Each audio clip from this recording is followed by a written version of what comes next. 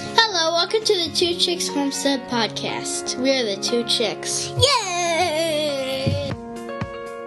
Hi, I'm Nate. And I'm Aaron, and we talk about homesteading and living on a small piece of land. All right, everyone, welcome to episode 83, January 17th. Yep. And man, is it cold outside. It's cold. I mean, not as cold, so it's cold here in Illinois. Yes. There are places that are colder. Yes. So we understand that, but it's cold here. Yep. So as I look at my phone right now, it is middle of the day, and it is 10 below zero with a wind chill of negative 34. Yep. I didn't even let the chickens out today because they weren't leaving. Even if you unlock the run door, Right. They weren't going to come out. They aren't coming out of the coop. So that is what it is. And the rabbits are like huddled inside of all of their little nesting boxes and just chilling out. Yeah. So I have somewhat of an organized egg bowl thing going on in the kitchen. And so I've got 3 bowls. yes. And I know that, I put eggs in this one, so I don't take out of that one because those are the newest. But one bowl kind of got forgotten in the back corner. So I'm like, I'm not just going to throw them away. Right. So I cooked them up and gave them to the chickens, and they loved it. But when I went out there, they weren't even like downstairs. No. They were in the coop and had to come outside to get their warm. Yep. So yeah, what'd you do? Like 2 dozen? I don't even know. I don't know. Just a full pan. Yeah. So I still have. I could do another one. I'll do another one this week. They'll love you. I know. Get rid of those eggs so I can stop thinking about them. The snack lady comes out with food. Yeah. So yeah, it's definitely cold. Really windy out. We got about 10 inches of snow, give or take. So it's making do with what we got, and we're not going anywhere for a little while other than work. Yeah. So The thing with making sure you have eggs, milk, and bread. Last night I was like, oh my god, it's going to be cold. I have to make more chai. So that was my thing. I had to make more chai. Yes. I saw you doing that. Yep. So I think you're good for a week on chai. Yeah. Maybe. 4 days, 5 days maybe. Yeah, and it's one of those things where I keep thinking like, oh, I should sell this. Like, it is so good. I can't. Yeah. I can't even keep up with myself. Yeah. Like, all of a sudden it's like, oh no, to make more. So yeah, it's probably never getting sold because I just drink it all. Yeah, it's your little hack, and you can enjoy it, and save a little bit of money that way. So. Yeah. Oh my gosh. Yeah, I'm making up for lost time. Yeah, you made the decaf too, and the girls had some of the decaf. Yeah, the oldest one loves it, but she doesn't have it a lot. But yeah, I have decaf, and it's kind of nice because once in a while I'll make a cup like after they go to bed, and it's just nice to not have like that buzz. Yeah. Trying to go to sleep then. Yep, be able to get some sleep at night. Yeah. So, but you guys have been sleeping a little bit because the youngest has a little bit of a head cold. Yeah. So. Yeah, it's kind of, we left the house and came home, and a few days later, it was here. Yep, it's a reality. Yep. So, it's kicking up their immune system. Yeah, it's fine. I mean, it's kind of nice because we're not going anywhere now, and it's not like they're going super crazy. Yeah. They're kind of chilling out. Right, and we have, about a week to deal with these temperatures, I think. Yeah. Monday, so we're recording this on a Sunday.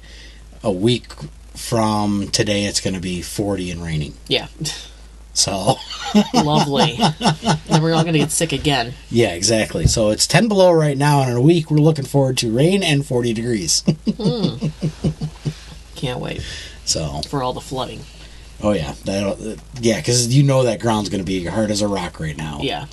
So, at least we won't have mud for a couple of days. Yeah. But at least it'll be nice to go out and rebreed rabbits. So. Yeah. So, yeah, the rabbits are kind of a sore spot at the moment.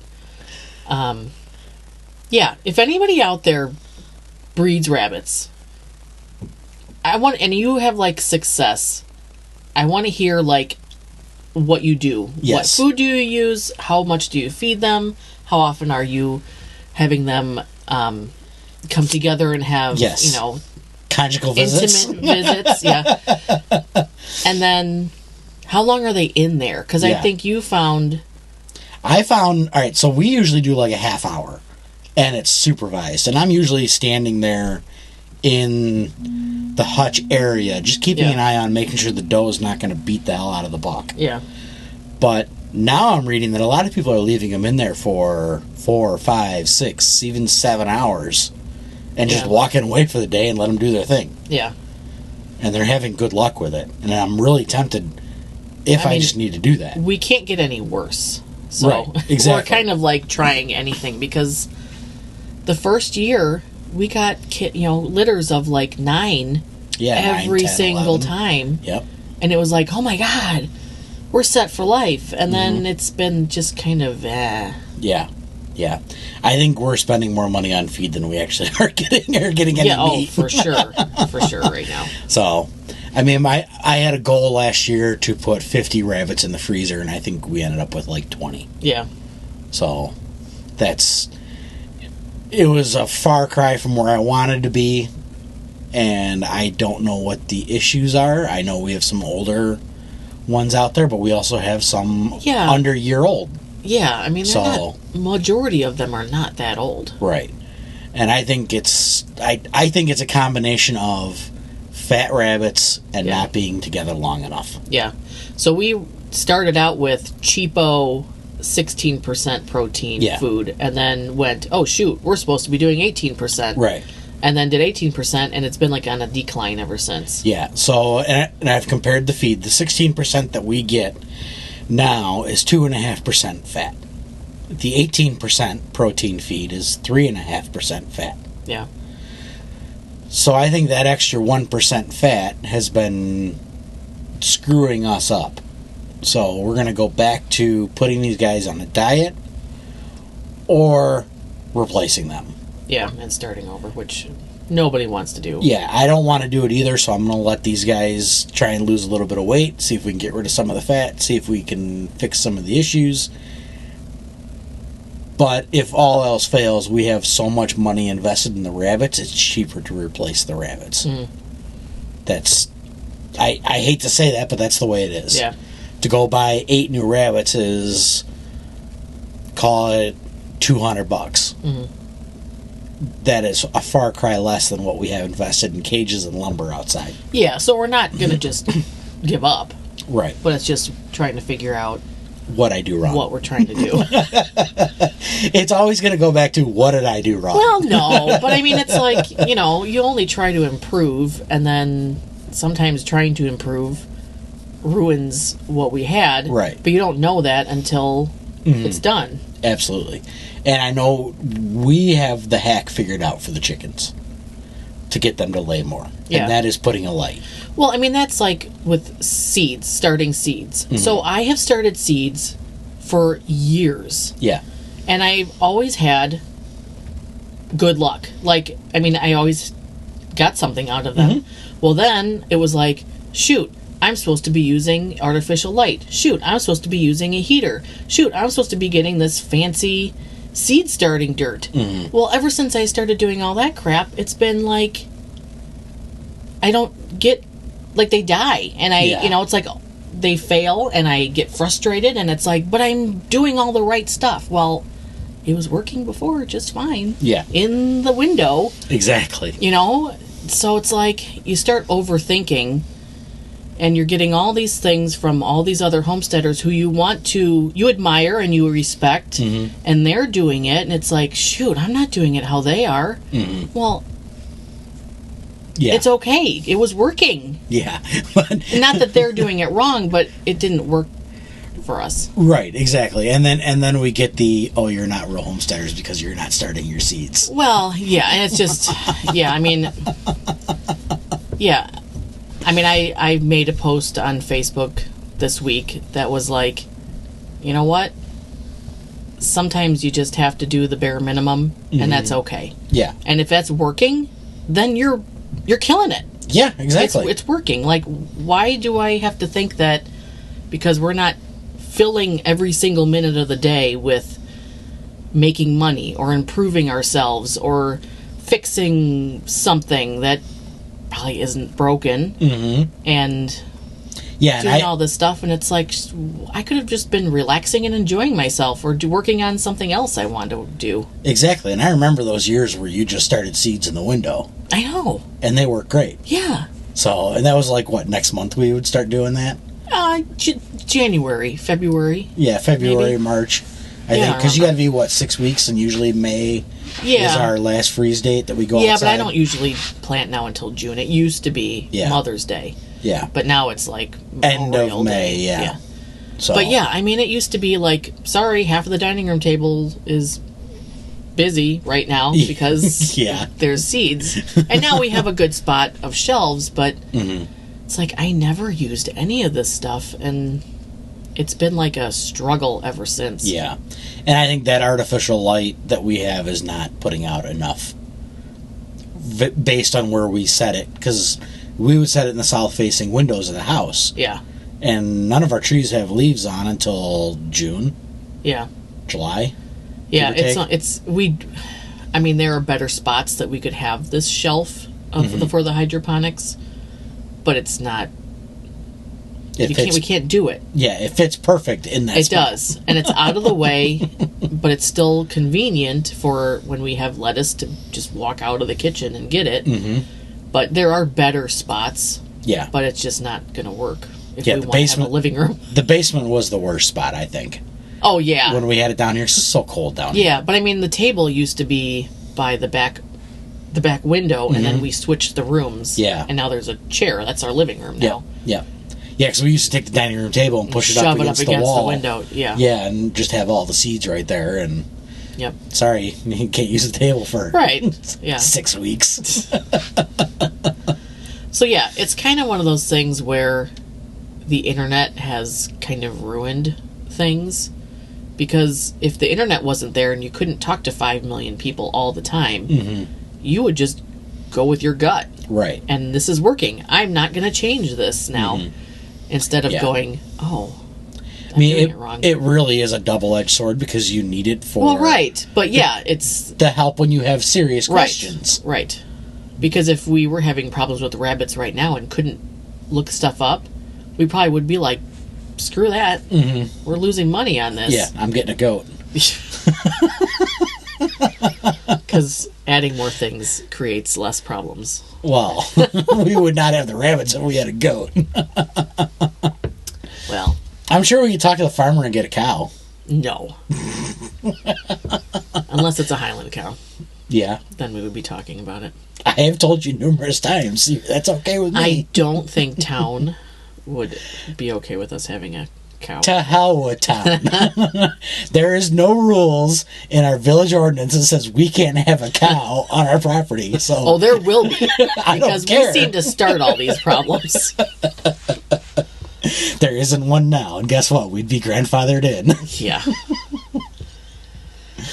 So yeah, I don't know. It's just trying to fix what we tried to fix. Yeah.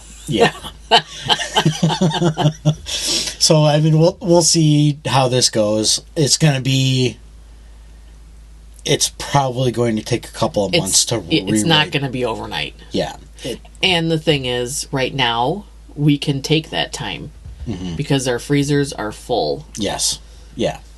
And I know there are a lot of people out there that have 30, 40, 50 rabbits that have no problem having kits. And I don't know if it's the sheer numbers that they have.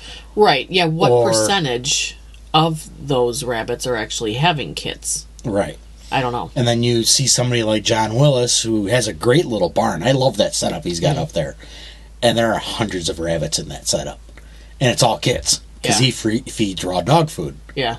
So he needs to put them out, or needs to have the production for the dogs. Yeah. So. Yeah, it's. I think it really is trying to unsimplify things, because you're adding all these other elements to it, and then it's like, wait a minute, I've lost track of what the goal is. Is to not make it look like it's Facebook worthy. It's to make it so it's actually producing. Right. I mean, the only Facebook worthy photos you're going to see of our property right now is a ton of snow or mud. Well, right. I mean, it's like I used to have a vision of, like, okay, going to Nicole Sauce's homestead. Before I went there, in my head, because of what I read on the internet somewhere, it was going to be, like, sleek and, like, super... Like, I thought we were going to come here from, like, garbage, Like, I was going to come home and be like, oh, my God, what are we doing here? Like, this is a mess. And not that Nicole's is a mess, but it's a working homestead. Like, it was a shock to be like, whoa, this isn't like Instagram. This is real. Yeah, we always go back and forth on the Instagram versus non-Instagram homesteads. Yeah. And I would much rather be on the non-Instagram homesteads and see just how things work. Yeah. Because you put things where they work, not because it looks good. Right. It's like I like seeing the pictures of people's coops and stuff that, are all like finagled together, but their chickens are surviving. Yeah. So, or covered in tarps. Or whatever. Freaking cold. Yeah. I mean, it is what it is. I love our coop. I love that it's so cute, but I mean, we add stuff to it. Ours has to be semi-cute because it's in town. If it was outside of town, I would not care so much as the look. It would just be a box. But I mean, that's what I requested. Yeah. But yeah, I mean, we've got tarps around it, and we've got the wind tarp. But we may have to replace that next year. It's getting kind of bad. So it's what, like, and the roof. 50, the roof yes, needs to be replaced. Yeah, the roof has been needing to be replaced for a long time. I will get to it eventually. I think we use like a 50% shade cloth. On that far side. On the closed-in run. Yes. So that gives them covered run. Yeah, it gives them a windbreak, so we don't have all the stuff coming up from the south. Right. Most of our prevailing winds are from the southwest. So it kind of just comes right around the fence into them. Yeah. But it seems to be working pretty good. The rabbits were content. Yeah. A little bit of snow in their feeders. Yeah. The new rabbit hutch, we did that at a good time. Yeah. Because if it was like this outside, and they were outside how it was originally with just that open side. Oh, I've gone out there and Thor and the two does have been covered in snow. I know, but it's like you just, you start to worry about them. But now it's like there's a wall. Yeah. And that's when it was funny that year. The first year we had them outside, I gave them the nest boxes with the deep hay, the everything. They didn't get in them. Yeah. They sat on the wire the whole freaking time. They had that stuff sitting right next to them. Yeah. And it was 28 degrees below zero, real feel outside. And I walk around the corner, and all three rabbits are covered in snow, staring at me going, "Where's my food? Can you please fill my water up?" Yeah. I'm good. So, it's... No matter what you do and what you give them, they're going to do their own thing. Yeah. So, you can spend all this money, thousands of dollars, on an insulated doghouse, and your dog's still going to be laying out in the snow. Yeah. So, it is what it is. Yep. So, what else we got over there? So, I got the canning done for the venison. I got 8 quarts and like 8 pints. Gave some to the neighbor. So now we're good for a while. Cool. Yeah, and that was the deer we got from him. Yep. The one that we had to go out and help with. Yep. So we got him all processed, got the carcass disposed of. Actually processed some rabbits. Yes, we that did. Weekend. We did. You did. I did. So we got those guys done. There's 4, so it was a great week to do it before this cold snap. Yeah. And of course, this past couple days we've been expecting new litters, and we don't have any. Yeah. So it's always the way it goes. We set the due dates on like the coldest day of the year with the nastiest snowstorm, and that's what happened this time. And I don't see any rabbits out there. Yeah. So it is what it is. Yep. So, or at least kits. Yeah. Everybody else is content. So. Yep. But yeah, it was a nice little process. We got, I don't know, what do you think? 100 pounds of meat off that thing? 150 pounds of meat off that? The deer? The deer. Yeah. And then you spent a long time shaving off for canned stuff, and that's I mean that's probably 20 pounds worth of stuff. Oh yeah. So. Yeah, it was nice. Just coming in and getting all the little stuff that normally, I don't know what we would be doing with it. If you weren't canning, I guess you wouldn't. You'd turn it into a grinder. Yeah, or maybe. Stew meat. Yeah. Because I always had like the cubed up stuff off to the side for stew. Yeah. And that'd be our Mississippi roast or whatever that we do. But I think you ended up canning it this time, so we'll just have the full roasts and the back straps and the rump roasts and all that stuff set off to the side. So we should be good to go there. Yeah. And 4 rabbits went in. They were ballpark about 4 pounds a piece processed. So a little low on their weight, but it worked out real good. I changed up how I did some stuff. I used the hopper popper outside because it was still semi-nice out. It had snowed a little bit that morning, but I was able to use the hopper popper outside, and then I just brought them inside to use. So we have the big gambrel that we use for the hogs and the pig, or hogs and the deer.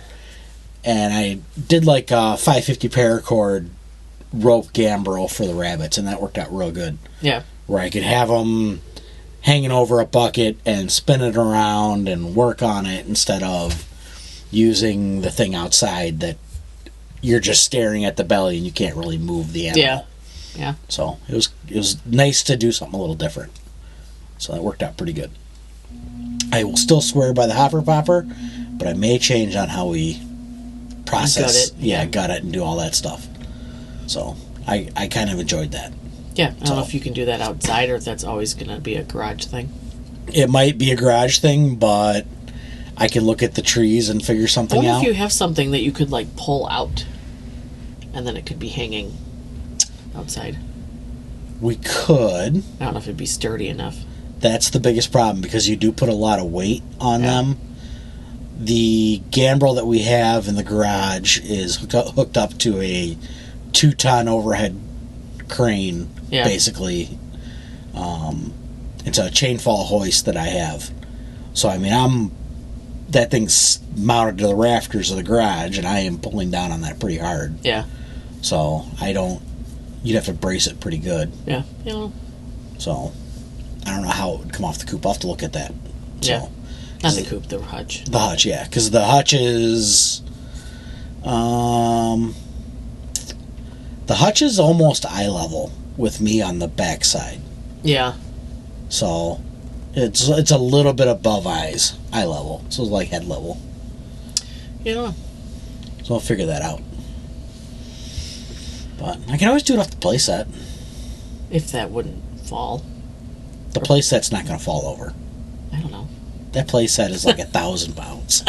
I mean, how many other kids have a rabbit processing thing hanging off their playset? I mean, how many kids have a rabbit hutch 5 feet away from where their playset is? Because no bullshit, that's where it is. Yeah, it is. That's true. So, yeah, we'll have to look at that. Yeah. Because they don't use the baby swing anymore, so we'll just take that off. You put a hook up there, have the... I mean, it's perfect view of when the neighbors are playing in their pool. Yeah, it's fine with me. Ask me if I care. Because they built their little deck to look over our fence, and it's like, how is that our fault? Exactly. But doing it in the summertime or in the wintertime outside when there's 10 inches of snow and having all the blood on the snow might not be the best idea, but we can get away with it in the summertime when there's no snow. Yeah. So, yeah. All right, we'll see how it works. Yeah. So yeah, hydroponics. Mm-hmm. That we've been kind of letting that sit, staring at us for a little while, and I think we're ready to get back into it and get something growing. I want to try passion flower again. Mm-hmm. I got some cuttings a couple years ago that didn't take. Mm-hmm. So I'd really like to try and get those growing. Right. So with that, we are getting rid of the rock wool. I am not going to be using the rock wool anymore. We'll see. I mean, because it works. It works 50% of the time. Yeah, but it could be the seeds. It could be the seeds. So I got the Rapid Rooter plugs. They should be here today or tomorrow. So before this podcast go out, we will have them. We're gonna maybe go half and half. Yeah. Half in Rockwell, half in Rapid Rooter plugs, and then see what we get. Yeah, because I'm not even quite sure what to expect with those things. So the Rockwell is like those little... Yeah, the squares that you put... The Rockwell is the squares. These Rapid Rooter plugs, I think, are the same material as those little tiny discs that you got that expand with water, but they're like full size. Okay. They fit in the neck cups. You just put the seed in there? Yeah. So we'll see how it goes. Yeah. I mean, it's... Are they reusable or no? No. But that'll be kind of nice if we go start seeds in those. You could start them in your trays if you decide to start seeds, which I know you're not. Well, yeah. But you could start them in the trays and just plant the whole thing instead of dealing with the dirt, because they go right in the grass. Right in the dirt. And I did buy those little discs. Mm-hmm. That, you would just... Yeah, I don't know. We'll see. We'll see. Everybody seems to like them. There's a few people that use them for hydroponics, so we'll see if they actually work. I'm kind of excited. Okay. If not, we'll go back to the Rockwell, because we got a ton of that stuff. And all those little beads, which we keep saving. So yeah. But I think that this set, we're going to end up throwing the beads out. Yeah, they've been in there kind of gross for a while. The little clay marbles, because I got, 100 pounds of clay marbles or something I originally bought. So I went a little overboard the first go-around. Yeah, well, it was something new. Exactly. And I buy everything that I can in one shot and be done with it. Yep. And we've been set for, that was years ago we got those. Because we started 4 years ago? We started with the jars downstairs. Yeah. Covered in socks. Yep. Or tinfoil. Tinfoil first, and then we went to socks. And then we moved them upstairs because we were having issues downstairs with them actually doing anything. Yeah. And then we did summertime downstairs, and that seemed to work okay. And then we moved everything up here. Yeah. So it's 67 upstairs, and it's only like 55, 60 down in the basement. Yeah. So it's just too cold. So I'm excited. Yeah. Get it done. Yep. I'll get everything cleaned out probably today after we get done here, and then we should get those plugs Monday or Tuesday. We'll get everything set back in and ready to go. Yeah. So I'm excited. Maybe by the end of the week we'll have hydroponics up and running. Yeah. Because lettuce is still... Well, I mean, it's just nice to have it growing in your house. By weight, lettuce is the most expensive thing you'll ever buy at the store. Yeah. It's more expensive than beef jerky. Yeah. So. Which, I mean, I don't use lettuce a lot because then it's like you have to buy it. Mm. So if we have it, then we'll use it. And we'll use it for like tacos and nachos, and sometimes we'll make a salad. Yeah, I mean, not so much in the winter. But. Yeah. And then we got to do the wheat berries too. Oh, yeah. We should do that for the rabbits. I should do that. So, give them a little bit of a treat in the next... Because that's what it's going to take 4 weeks to do that. But if... I have lentils, too. That we could... I don't know. I guess I should look and see if rabbits can have lentils. Probably be a good idea. So... Yep. All right. Well, look that up and give it a shot and see what happens. Yeah. So... But I think that's pretty much everything we got for you guys this week. Yeah. So we'll see you guys next time. All right. See you on the homestead, where something is always growing, eating, or cooking.